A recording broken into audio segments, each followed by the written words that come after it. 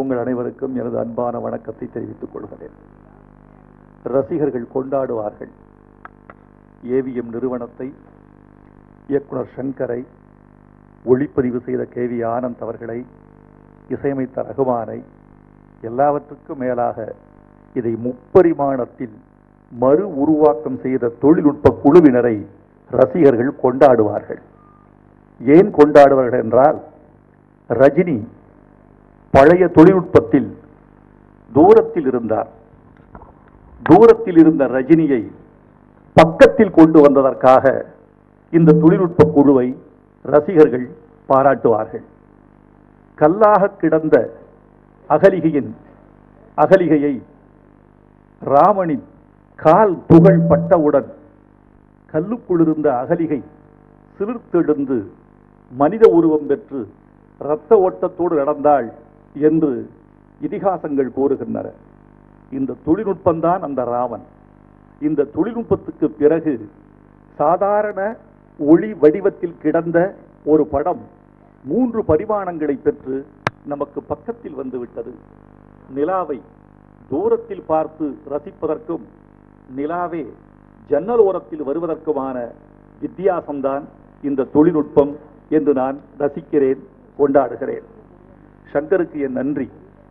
இந்த படத்தை இப்படி ஒரு தொழில்நுட்ப மாற்றம் வரும் என்று அறியாத காலத்திலேயே இவ்வளவு ரொம்ப ஆழமாகவும் அழகியல் கூறுகளோடும் தொழில்நுட்ப வசதிக்கு ஏற்பவும் இந்த படம் தயாரிக்கப்பட்டிருப்பது குறித்து இப்போது வியக்க வேண்டியிருக்கிறது. ஆழம், அகலம், நீளம், உயரம் எல்லாமே தெரிகின்றன. என் பாட்டுக்கு பொருள் கூட இப்போதுதான் அதிகமாக விளங்குகிறது. நெட்டை நிலவே ரெட்டை திமிரே இப்போதுதான் புரிகிறது. அந்த ஆம்பல் என்ற வார்த்தையை அங்கீகரித்ததற்காக நான் என்னுடைய நண்பர் சங்கருக்கு நன்றி தெரிவித்துக் கொள்கிறேன். அது 2ஆம் நூற்றாண்டு சொல். 2ஆம் நூற்றாண்டு சொல்லை இந்த டால்பி ஒலிச்சூழலுக்கு ஏற்ப முப்பரிமாண காலத்தில் அந்த வார்த்தையை மீண்டும் நினைவூட்டியதற்காக. ஆம்பல் என்றால் அல்லிப்பூ என்று பொருள், மவ்வல் என்றால் மல்லிகை அல்லது முல்லை என்று பொருள். அள்ளற் பழனத்து அரக்கு ஆம்பல் வாயவிழ வெள்ளம் தீப்பட்டதன வெறி புள்ளிரந்தன் கைச்சரகால் பார்ப்பொடுக்கும் கவ்வை உடைத்த குடிக்கிற போல் இருக்கு. நச்சிலைவேலு கோக்கோதை நாடு என்று பழைய முத்தொள்ளாயிர பாட்டு உண்டு. அந்த ஆம்பல் என்ற சொல்லை மீண்டும் இங்கே பயன்படுத்தி ஆம்பல் என்றால் என்ன என்று தெரிந்து கொள்வதற்காக ஒரு வாய்ப்பு கொடுத்தார். அந்த ஆம்பல் மலர்களை முன்வரிசையில் அவர் வைத்திருக்கிறார். இப்போதான் தெரிகிறது. இந்த தொழில்நுட்பம் என்ன செய்திருக்கிறது தெரியுமா? இந்த தொழில்நுட்பத்தில் சொன்னார்கள், அந்த ஆப்பிள், நீங்க படம் பார்த்தா தெரியும், ரஜினி ஒரு ஆப்பிளை கடித்து விட்டு தோளின் பின்பக்கம் எறிவார் பழைய படத்தில். அது திரைக்கு பின்னால் சென்று விடும். இந்த தொழில்நுட்பம் என்ன செய்கிறது என்றால், மாற்றி நம்மீது எரிகிறது. நம்மீது எரிந்து அந்த ஆப்பிள் நம் கைக்கு சிக்குமோ என்று ஒரு சின்ன தடுமாற்றத்தையும் தடமாற்றத்தையும் ஏற்படுத்தியதுதான் மிகப்பெரிய விஷயம். ஏவிஎம் நிறுவனத்துக்கு நன்றியை தெரிவித்துக் கொள்கிறேன். ரசிகர்களை நீங்கள் உற்சாகமாக வைத்திருக்கிறீர்கள். கலையும் வாழ்க்கையும் எதை விரும்புகிறது என்று சொன்னால், தன்னை புதுப்பித்துக் கொண்டே இருப்பதை விரும்புகிறது. புதுப்பிக்கப்படாத கலை, புதுப்பிக்கப்படாத வீடு, புதுப்பிக்கப்படாத மனசு, புதுப்பிக்கப்படாத வாழ்க்கை ஒட்டடி பிடித்துவிடும். இந்த பழைய ஒரு விஷயத்தை புதிய தொழில்நுட்பத்தோடு கொண்டு வர வேண்டும் என்ற வேட்கை ஏவிஎம் நிறுவனத்தினுடைய பிறந்தது என்று நினைக்கிறேன். மெய்யப்ப செட்டியார் அவர்களை பற்றி சொல்லுவார்கள், அவர்தான் முதலில் சின்ன தொழில்நுட்பத்தை கண்டுபிடித்தார். செட்டு போற அரங்கம் பிரிக்கப்படுகிற போது பலகையில் அடித்திருக்கிற ஆணிகள் அந்த தரையெங்கும் சிதறி கிடக்கும்.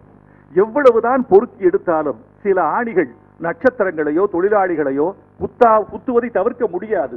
கண்ணுக்கு தெரியாமல் சிதறி கிடக்கும் அந்த ஆணிகள். இந்த கண்ணுக்கு தெரியாமல் அரங்கத்தில் பிரிக்கப்பட்டு சிதறி கிடக்கிற ஆணிகளை ஒன்று சேர்ப்பதற்காக காந்த உருளையை தயாரித்தார் முதலில் மெய்யப்ப செட்டியார்.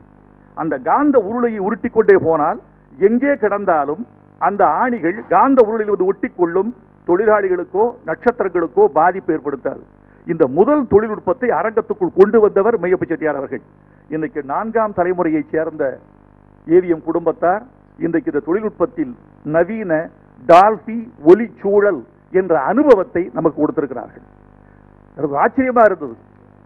மழை பெய்கிறதே, நாம் நனையவில்லையே, நாம் நனையாமல் இருக்கிறோமே, குடைபிடிக்கவில்லையே, வானம் திறந்து கொண்டது மாதிரி தெரிகிறதே, மழை பெய்கிறதே, நனைந்து கொள்ளவில்லையே என்பதுதான். சினிமா ஏன் உலக மனிதனை இவ்வளவெல்லாம் ஆட்டுவிக்கிறது என்று ஒரு நாள் யோசித்து யோசித்து பார்த்தேன். இந்தியனுக்கு மட்டுமல்ல, அமெரிக்கனுக்கு, யூரோப்பியருக்கு, எல்லோருக்குமே சினிமா என்பது ஒரு பெரிய தாகம், சினிமா என்பது ஒரு காமம், உடல் வேண்டுகிற ஒரு பசி சினிமா. ஏன் என்று யோசித்து பார்த்தேன். ஒரே ஒரு விஷயம் எனக்கு தோன்றியது. சினிமாதான் மனிதனை நஷ்டப்படுத்தாமல் அனுபவம் தருகிறது. மழை அடிக்கிறது, நீ நனைய மாட்டாய். தீ எரிகிறது, நீ பொசுங்க மாட்டாய். புயல் அடிக்கிறது, நீ காணாமல் போக மாட்டாய். யாரோ துன்பப்படுகிறார்கள், ரத்தம் தெரிக்கிறது, நீ பத்திரமா இருக்கிறாய். இந்த செக்யூர்டு ஃபீலிங் இருக்கு பாருங்க, இதுதான் சினிமா மனிதனுக்கு கொடுக்கிற மிகப்பெரிய அனுபவம். உன் உடல் பாதிப்புக்கு ஆளாகாமலேயே உலக அனுபவங்களை உனக்குள் ஊட்டுவது சினிமா. இந்த நவீன தொழில்நுட்பம் நான் நனையாமலேயே மழையை எனக்குள் அனுப்புகிறது. என் செவிகளை பிக்காமலேயே, என் தலையில் இறங்காமலேயே இடியை அனுப்புகிறது. ஒரு இலை உதிர்கிறது, அந்த இலை உதிர்ந்து பூமிக்கு வருவதற்குள் மற்ற இலைகளோடு, சக இலைகளோடு என்னென்ன பேசிக்கொண்டு இந்த பூமிக்கு வருகிறது என்பதை அந்த ஒலி சொல்லுகிற போது நான் இலையாக மாறி போகிறேன். ஒரு இலை எனக்குள் ஏற்படுத்திய அனுபவத்தை இந்த டால்பி ஒலிச்சூழல் எனக்குள் ஏற்படுத்துகிறது. சங்கர் சொன்னது மாதிரி ரஜினி மிக அழகாக இருக்கிறார்.